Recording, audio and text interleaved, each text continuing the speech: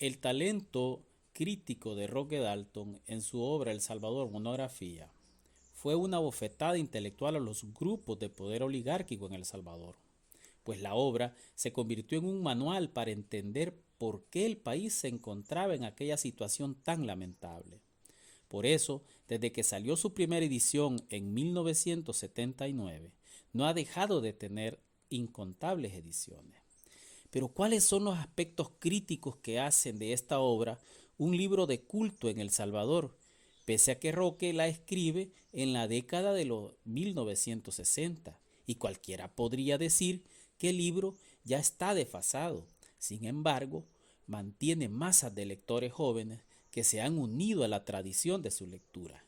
¿Será que Dalton mantiene una vigencia necesaria para comprender mejor el escenario político de hoy en día? Te invito a explorar esta fascinante obra. Comencemos.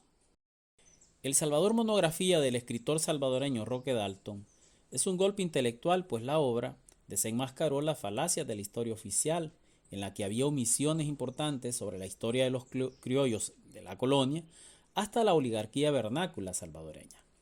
La obra fue escrita en 1962 y publicada en La Habana en 1963 y 1965. En El Salvador se edita en 1979 y en ese momento el país se encontraba en una de las crisis políticas y sociales más importantes registradas en el siglo pasado. El libro se constituyó en un fuerte estímulo en la conciencia del radicalismo de la izquierda durante la turbulenta década de los 80. Roque, con estupenda fluidez, hace una panorámica sobre la historia de El Salvador. La obra analiza y corrige varios datos históricos sobre el proceso de conquista y la colonia, y enaltece la valentía de la resistencia de los pueblos originarios, contrario a la línea oficialista que los describía como indios ignorantes. Otro elemento vital en el libro es la crítica que hace de la supuesta independencia de España de 1821, ya que las estructuras socioeconómicas de los colonizadores pasaron a manos de los independentistas, que no las abolieron, sino que la convirtieron en su propia política de dominación. Los criollos pasaron a ser la clase dominante en detrimento de los derechos de los indígenas, mestizos y mulatos, ya que se convirtieron en feudos grandes extensiones de tierra. Este proceso se degeneró en una serie de guerras por el control de la región centroamericana. Además, Roque, como justo acusador, devela cómo la oligarquía salvadoreña se consolida a inicios del siglo XX y comienza el proceso de expoliación de la riqueza de la nación y la consolidación de la injerencia de Estados Unidos en el país.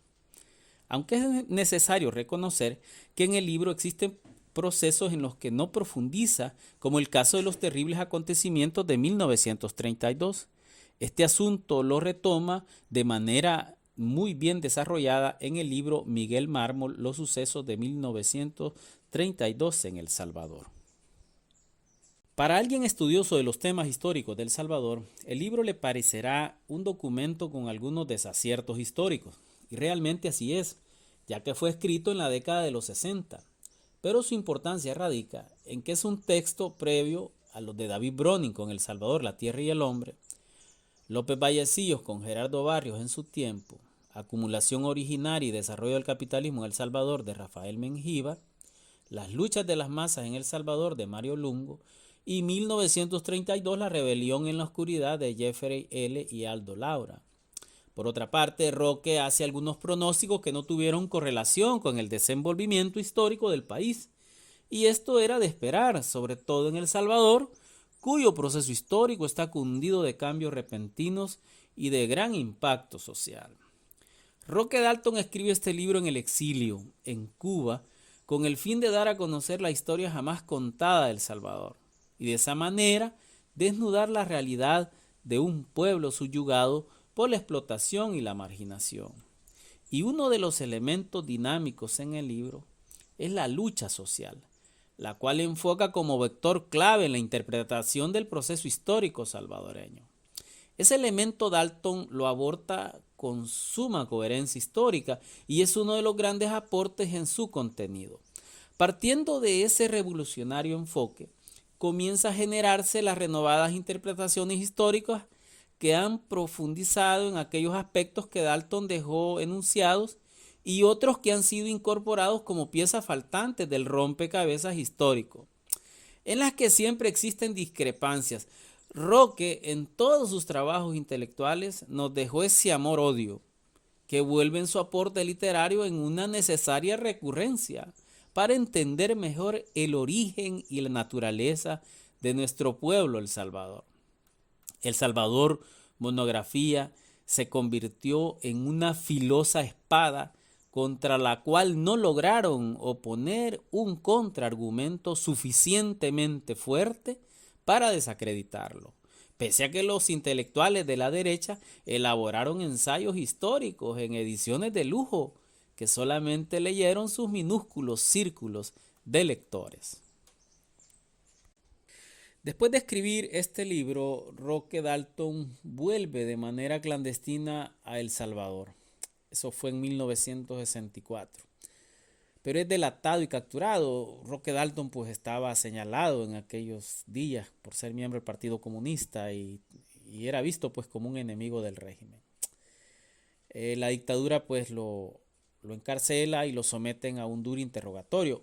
Posteriormente lo pasaron al penal de la ciudad de Cojutepeque, de donde se fuga al derrumbarse las paredes de la cárcel donde estaba. Y bueno, él sale corriendo por unos tejados y corre por una maleza hasta abordar un taxi que lo condujo hasta San Salvador. Luego de la fuga vuelve a salir del país, pasa por Guatemala y México, regresa a Cuba y en 1965 de Cuba viaja a Checoslovaquia. Ahí reside con su esposa y sus 3 hijos. También en ese país tuvo una experiencia muy dura. Fue internado en el hospital debido a una golpiza por un robo pues, que le quisieron hacer a él por robarle su salario. En Praga se encuentra con Miguel Mármol, quien era un legendario dirigente del Partido Comunista y sobreviviente de varios atentados de muerte, entre estos un fusilamiento en el que fue colocado con otro grupo de condenados durante las masacres ordenadas por el dictador Maximiliano Hernández Martínez en 1932.